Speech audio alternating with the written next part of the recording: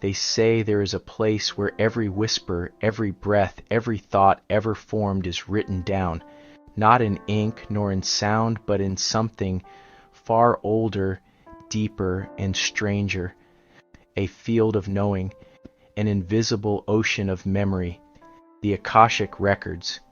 It's been called many names: the Book of Life, the Universal Archive, the Mind of God, but the idea remains the same. Somewhere, beyond what we can see, there exists a library, not built of stone or steel, but of energy, timeless, infinite, and alive.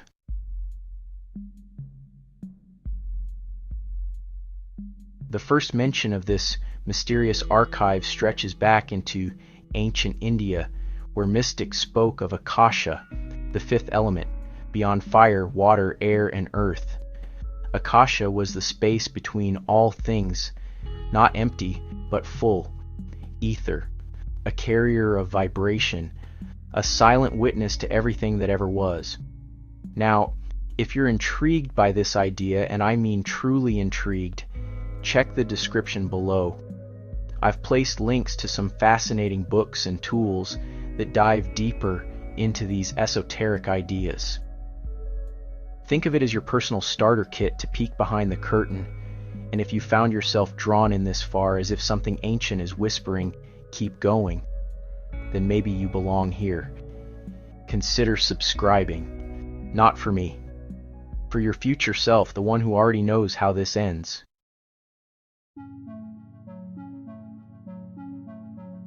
In Theosophy, the records became more than theory.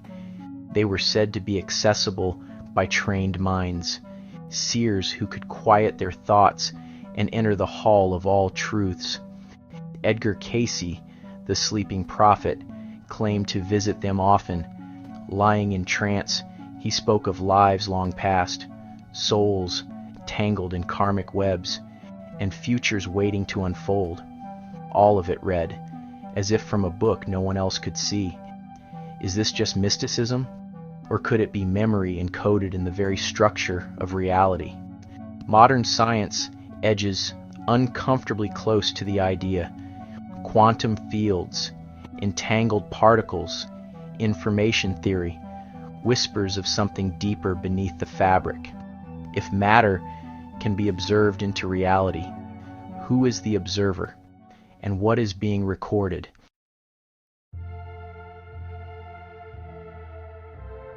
We are taught that memory lives in the brain, but what if the brain is only a receiver and antenna tuning into a larger broadcast? And what if thoughts themselves are echoes drawn from a well that predates our birth? Dreams, déjà vu, visions, ideas that arrive fully formed as if remembered from a place we've never been. Have you ever felt you knew something but couldn't say how? A memory not your own, an image that flickered behind your eyes before you ever lived it. Maybe you were reading. Some claim the records are guarded, that to enter is to be judged, that every soul is shadowed by a bookkeeper, an unseen archivist who logs every action, every intention, every choice made in silence, that your book is being written even now, page by page, line by line. Others say the records are impersonal, no gods, no guardians, just a mirror of all that has ever occurred, a great cosmic imprint that can be accessed through intention and clarity, a spiritual download. If your mind is quiet enough and your purpose is sincere, the door's open. And yet, no one agrees on where it is. Some say it's held in the higher planes, in the 8th dimension, beyond the veil of form. Some believe it lies beneath sacred temples, protected by ancient machines and symbols. Some claim it's encoded in light itself, carried by photons through all space and time. And others say it's within you, that every cell in your body remembers, that your soul is a library of its own, that you are not reading the records. You are the record. If true, then what does that make us? Are we the authors or the story?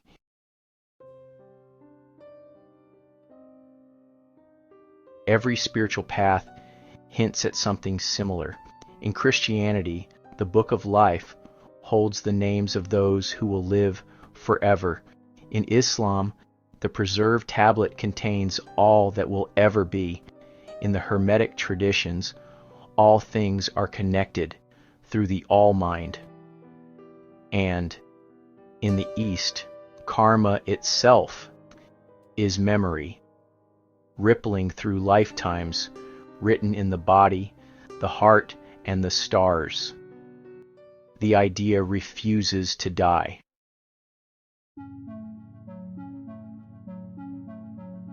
It slips through science, resurfaces in dreams, and echoes in the arts. Writers speak of stories that write themselves. Musicians hear songs in silence. Inventors solve problems in sleep. Are we creating these things, or are we remembering? The Akashic Records are not a place you visit, but a place you return to. They feel familiar to those who touch them. Not shocking, not foreign, but like walking into a house you forgot you built. Dusty, sacred, and impossibly vast.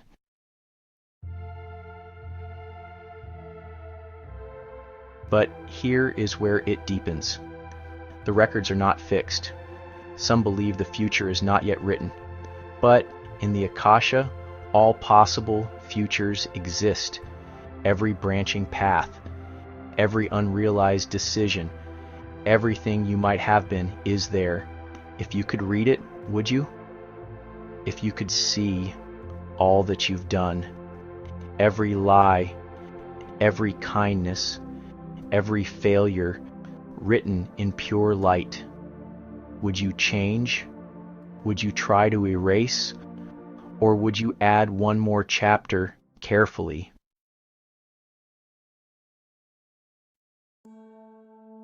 Some who have claimed access speak of shimmering halls, scrolls of flame, symbols that shift with understanding.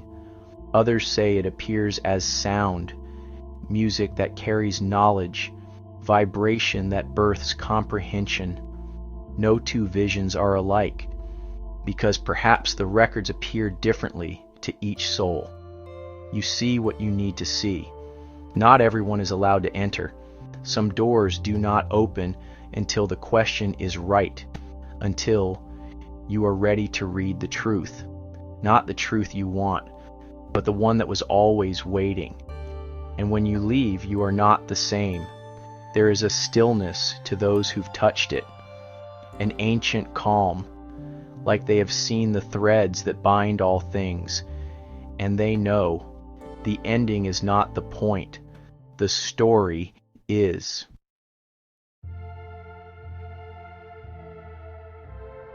So maybe the records aren't just a myth.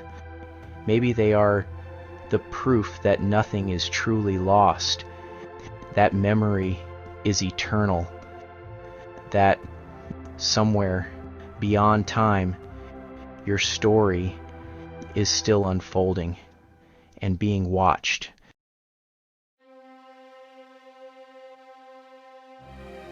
And maybe the ones who built the records never left.